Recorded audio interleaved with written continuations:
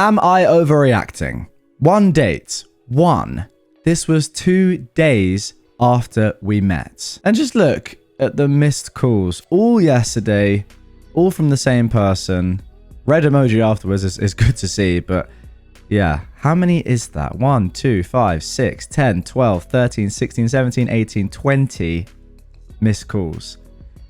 Wow. We went on one date, OP says. It was fun. Enjoyed it. This was 2 days after. I said I was with friends. He lost it.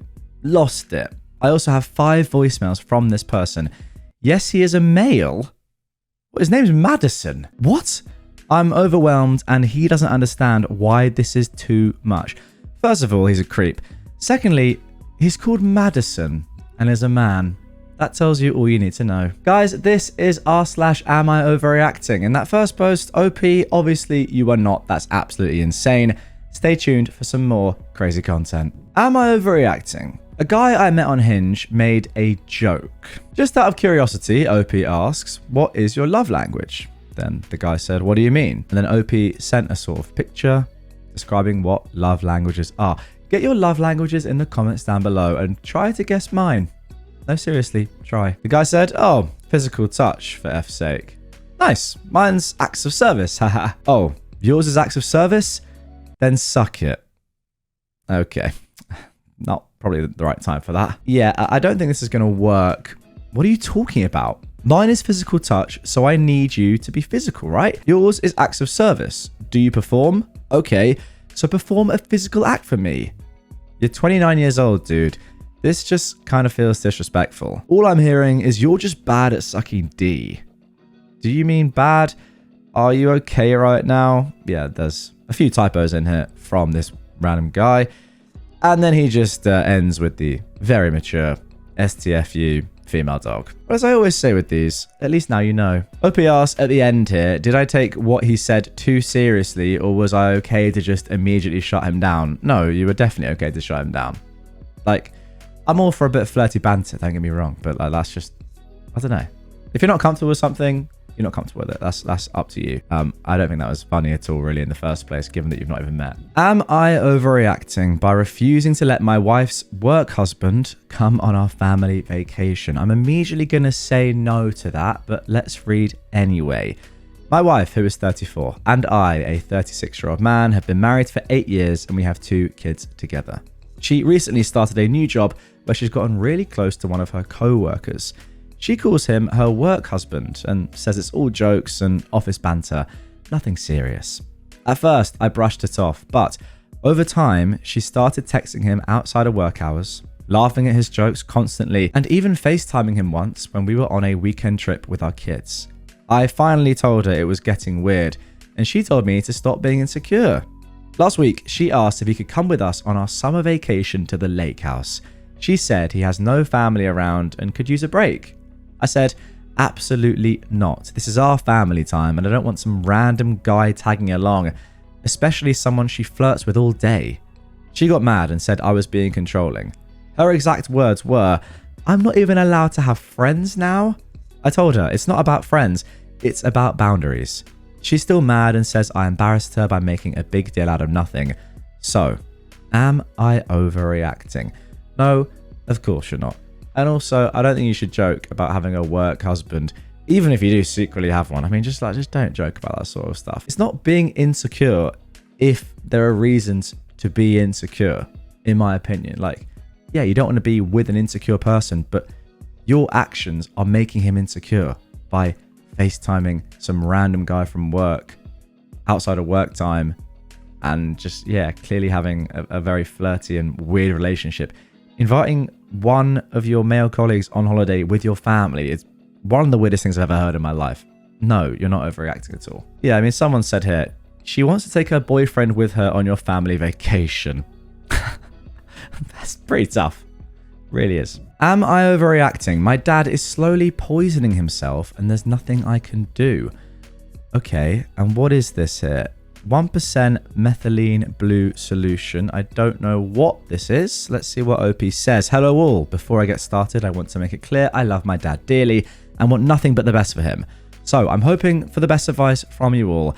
Anyway, sorry for the rant. I am a 20-year-old guy and I live with my dad who is 40. And as of the last couple of years, he's been on an insane health kick regarding organic products and the types of soap and detergents he uses, which is great.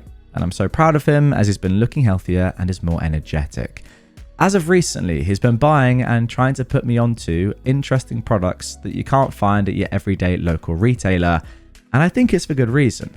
For one, he is trying ivermectin, which is known as a treatment for parasites in humans and animals, and is like a horse paste. That's the one I was iffy on.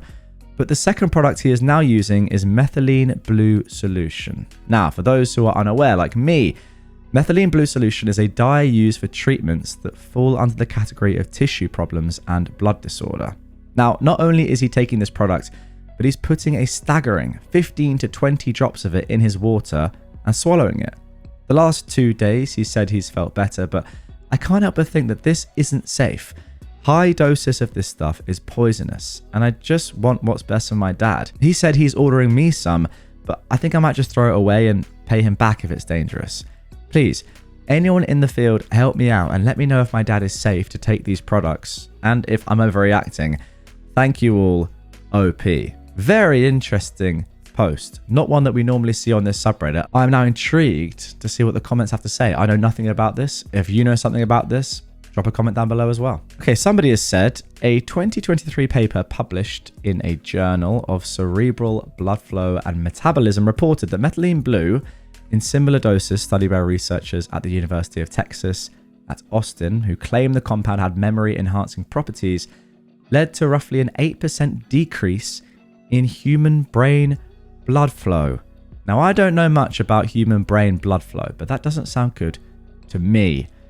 Other researchers have pointed out that even pharmaceutical grade methylene blue contains impurities, and that industrial grade or chemical grade methylene blue, like that sold as a stain or dye, should not be used in humans or animals. If somebody ordered the wrong type of methylene blue off the internet, they could end up quite ill. And if you search for methylene blue on Amazon, you could end up inadvertently purchasing fish tank cleaner, as methylene blue is also used as an antifungal aquarium disinfectant. Just going to scroll back up here to the image, which, yeah, was from Amazon. Now, who knows? I sort of believe in your dad to get this right. It does say hail trophin on it as well. I don't actually know what that means, to be honest. Probably the company selling it. Looks kind of like it's for human consumption rather than fish. But I'm just not sure about like getting this sort of stuff off the internet and the effects it's going to have on you. Has it even been that strongly researched? I mean, here is the text here. I mean, this is a good question. Like, what is his reasoning for taking these? And has he explored those issues with the doctor first? Yeah, great. Okay, somebody said this is a 1% mixture. The half-time of this is 4 hours or so. A couple of drops a day will do nothing, but still your dad is a weirdo. Yeah, I think that's actually probably the main issue here. He might be all right from this. He might not be. Who knows? You need to sort of understand why he's doing this sort of stuff. Well, I suppose you know why, and he's had some positive effects from doing it, but you've got to let him know the danger of doing this without research and without speaking to a doctor first. Am I overreacting for wanting to uninvite this guy to a bachelor party because of his behavior? Let's have a look at the screenshot first before we see OP's explanation. They say, hey there, dude, how's it going? I know you said you wanted to contribute to the fund and we're a week away. Is that still something you want to do, or do you want to just pay for what you take? Makes it a lot harder for us, but it's your choice. This guy replied, hey, F-face, I'm going to send you the money now so you can get off my back, you bachelor party Nazi. Strong? Let's get some context. A close friend asked me to be a groomsman for his wedding, and I was honored to say yes. Since January, the best man and I have been planning the bachelor party. Because the groom has struggled with coke in the past and is now clean, we were careful about who we invited. We excluded some old friends still involved with drugs to avoid temptation, and out of respect for the groom and his fiancée, we did include one old friend, let's call him Tom, who still uses, but made it very clear there would be zero tolerance for drug use at the party. He agreed completely. By March, we'd planned the events: golf, go-karts, bowling, and a night out with a party bus. One friend generously covered a luxury suite, $1,500, and another covered the party bus, also the same amount of money. The remaining 10 of us, excluding the groom and the 2 who paid for the big items, were asked to contribute $300 each into a party fund to cover everything else: activities, drinks, food, and a group wedding gift or refunds of leftover money. I kept everything transparent with an anonymous tracking sheet. Everyone was on board. One person couldn't afford it, and another covered his share. Most people paid early. I only had to remind a couple of people, and they paid quickly. The only exception was Tom. Even though he was one of the first to agree to the plan, when I followed up with him 2 weeks ago, he acted strangely.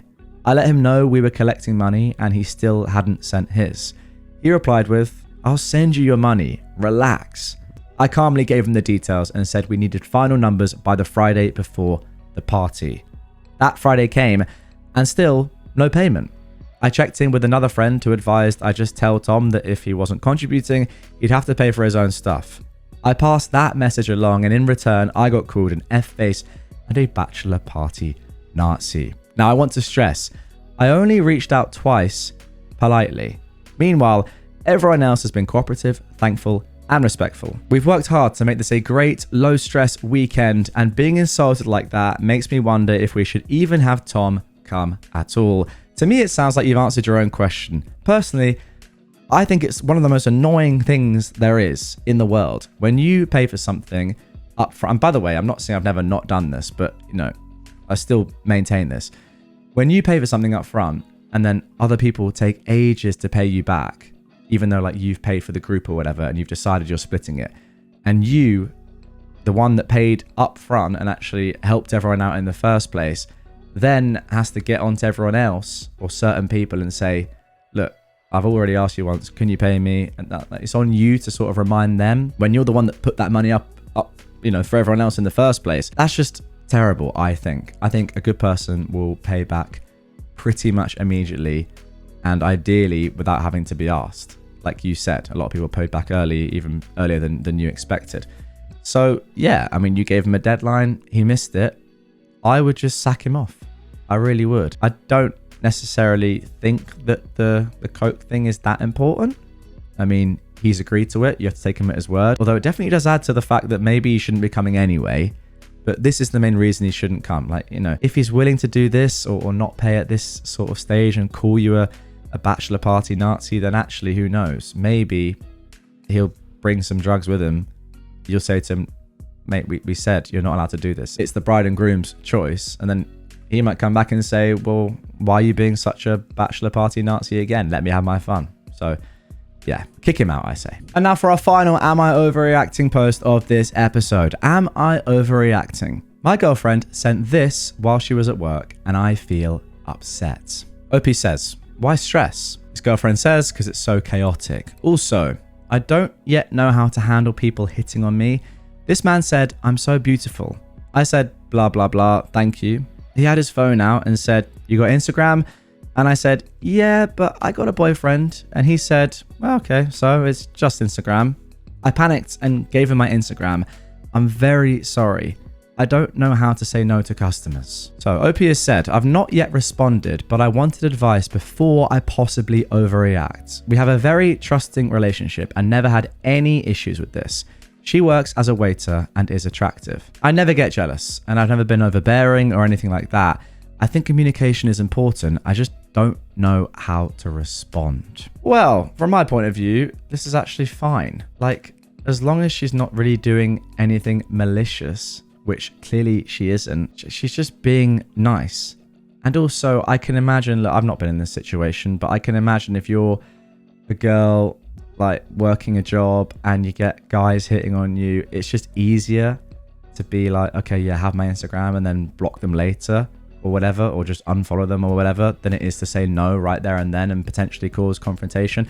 The fact that she's told you all about this is the only thing you really need to consider, because it's not as if she's hiding it. She said, I'm really sorry, but I don't know how to say no to customers. She's probably just a nice person and maybe is a little bit shy and doesn't want to annoy people when she's at work. I don't know. I don't think she'd be the first person to give her Instagram to a guy that's hitting on her with no intention of ever following it up, just to be polite. is what I'm trying to say. I think potentially you are on the edge of overreacting. I think like an easy message to say here would be like, yeah, no worries, I trust you. Leave it at that, because she's explained it fully. If you say, oh my God, how could you? This relationship is built on trust and I can't believe you've done this, then that would be overreacting. I think you probably didn't even need to post this on the internet. You could have just handled it way better and just said, look, yeah, it's fine, don't worry about it. Try not to do it again, because I do understand from your perspective, you don't want your girlfriend handing out her Instagram to randos.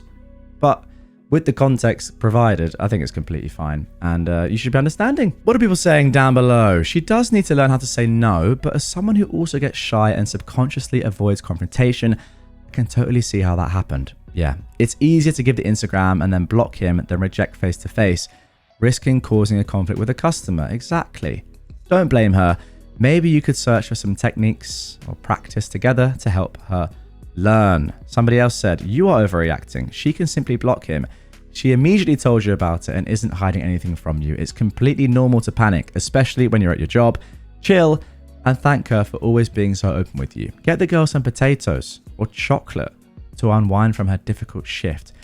Potatoes? Potatoes? Why would you get... The point's great. Potatoes. Potatoes/chocolate is the best advice I've ever read in this sub. What's a potato? Why? Potatoes. Boil them, mash them, stick them in a stew. Get her some potatoes.